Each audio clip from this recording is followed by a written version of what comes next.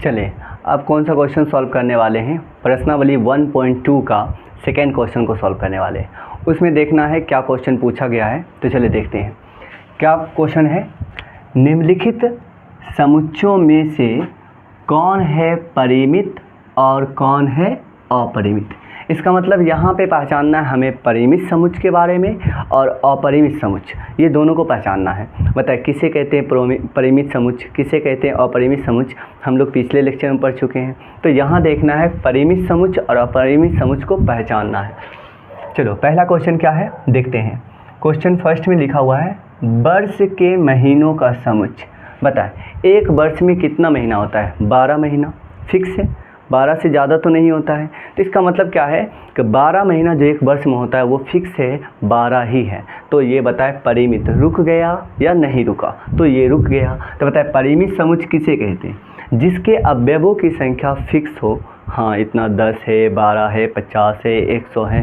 अवयव अगर फिक्स हो जाए तो क्या कहेंगे परिमित, अवयव फिक्स नहीं हो तो किसे क्या कहेंगे अपरिमित।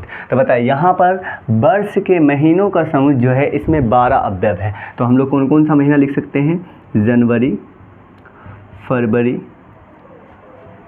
मार्च, अप्रैल, मई, जून, जुलाई,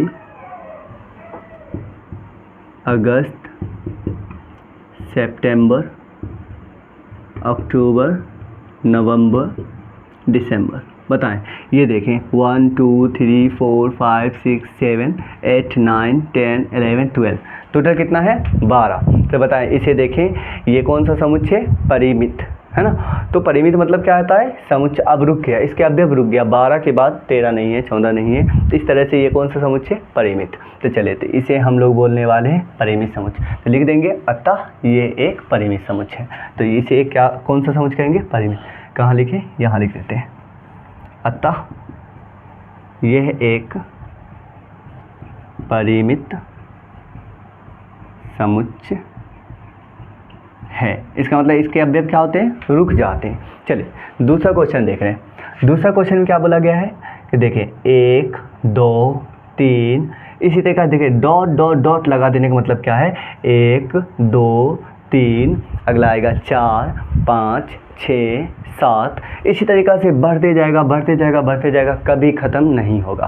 तो बताएं ये देखा जा रहा है प्राकृत संख्याओं का समुच्चय है, सभी प्राकृत संख्याओं का समुच्चय। बताएं तो ये देखें ये रुक रहा है या जाता जा रहा है। तो यहाँ पर देख रहे हैं अगर अवयवों की संख्या फिक्स ना हो, ठीक है, इसका मतलब रुके नहीं, तो इसे कौन सा समुच्चय कहेंगे अपरिमित समुच्चय। तो बताएं ये कौन सा समुच्चय हो गया अपरिमित समुच्चय। तो यहाँ पे लिखेंगे अपरिमित समुच्चय है। अतः ये कौन सा समुच्चय है अपरिमित समुच्चय। नेक्स्ट बताए तीसरा, तो 2 बन गया, तीसरा देखते हैं। तीसरा क्या बोला गया है देखें 1 2 3 इस तरह से देखें 1 2 3 डॉट डॉट डॉट। इसका मतलब यहाँ तक तो लगा ना बहुत आने वाला है, रुकेगा नहीं। फिर देखिए आगे जा क्या बोला 99 100, ये क्या हो गया रुक गया।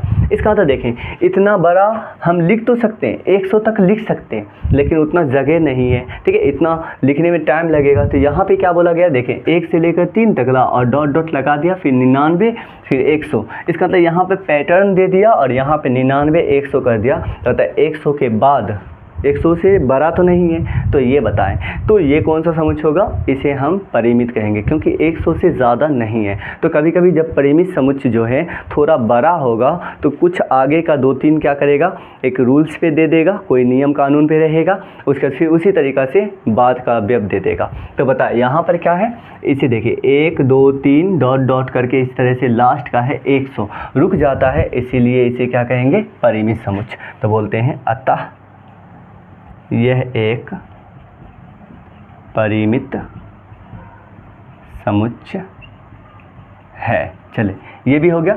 नेक्स्ट चौथा देखने वाले हैं। चौथा क्वेश्चन में क्या बोला जा रहा है 100 से बड़े। इसका मतलब 100 से बड़े धन पूर्णांकों का समुच्चय बोला गया 100 से बड़े। देखिए 100 से बड़े। अब 100 से बड़ा कितना होता है? 101, 102, 103, 104, 105, इस तरीक़ा से 101, 102 और 103 और इस तरीक़ा से बढ़ते जाएगा। ये तो नहीं बोला रुकने के लिए, तो 100 से बड़े, है ना, धन पूर्णांकों का जो समुच्चय है, तो 100 से बड़े कितना है? बहुत सारा है, अनंत है। तो ये कौन सा समुच्चय हो जाएगा? ये एक अपरिमित समुच्चय होगा। क्यों? क्योंकि यहाँ पर अवयवों की संख्या जो है वो फिक्स नहीं है, तो यहाँ पर हम लोग बोलते हैं इसे अपरिमित समुच्चय। अतः यह एक अपरिमित समुच्चय है। चलिए, ये बन गया। अब बताएं, ये लास्ट देखना, 99 से छोटे, क्या बोला गया है? 99 से छोटे अभाज्य संख्याओं का समुच्चय। बताएं, अभाज्य संख्या लेना है और 99 से छोटा लेना है। बताएं, 99 से छोटा अभाज्य संख्या, बताएं सबसे छोटा अभाज्य संख्या कितना होता है? 2, ठीक है। उसके बाद अगला अभाज्य संख्या कितना है बताएं तो? 2 के बाद 3, उसके बाद कितना है? 5, उसके बाद कितना है? 7, डॉट डॉट करके हमें कितना तक ला जाना है? 99 से छोटी अभाज्य संख्या। लेकिन 99 जो है ये एक अभाज्य संख्या नहीं है। तो बताएं, 99 से एक कम आते हैं, कितना होता है? 98। क्या 98 अभाज्य है? नहीं, ये भी 2 से कट जाता है, ये भी अभाज्य नहीं। 98 से एक छोटा कितना है?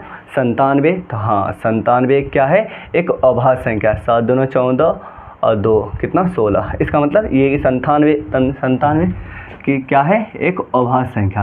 तो बताए, तो बोला गया 99 से छोटी जो भी अभाज्य संख्या है, देखिए क्या आ रहा है? 97, फिर 97 छोटा, फिर इस तरह से छोटा, इस तरीक़ा से 2 तक आना है। तो बताए 99 से छोटा जो भी अभाज्य संख्या है वो क्या है? वो फिक्स है, यहाँ आके रुक जाने वाला है। तो बताएं, इसका मतलब ये 99 से छोटी जो अभाज्य संख्याओं का समुच्चय है उसे कौन सा समुच्चय कहेंगे? इसे कहेंगे हम लोग परिमित समुच्चय। परिमित समुच्चय है। अतः ये परिमित समुच्चय है। देखिए, ये बहुत ही इजी क्वेश्चन था, ठीक है। तो इसमें परिमित समुच्चय और अपरिमित समुच्चय के बारे में जांचना था, तो इसमें 5 क्वेश्चन था, बन गया। 1.2 का सेकेंड क्वेश्चन बन गया। अब कौन सा क्वेश्चन बनाना है? अब बनाना है थर्ड क्वेश्चन।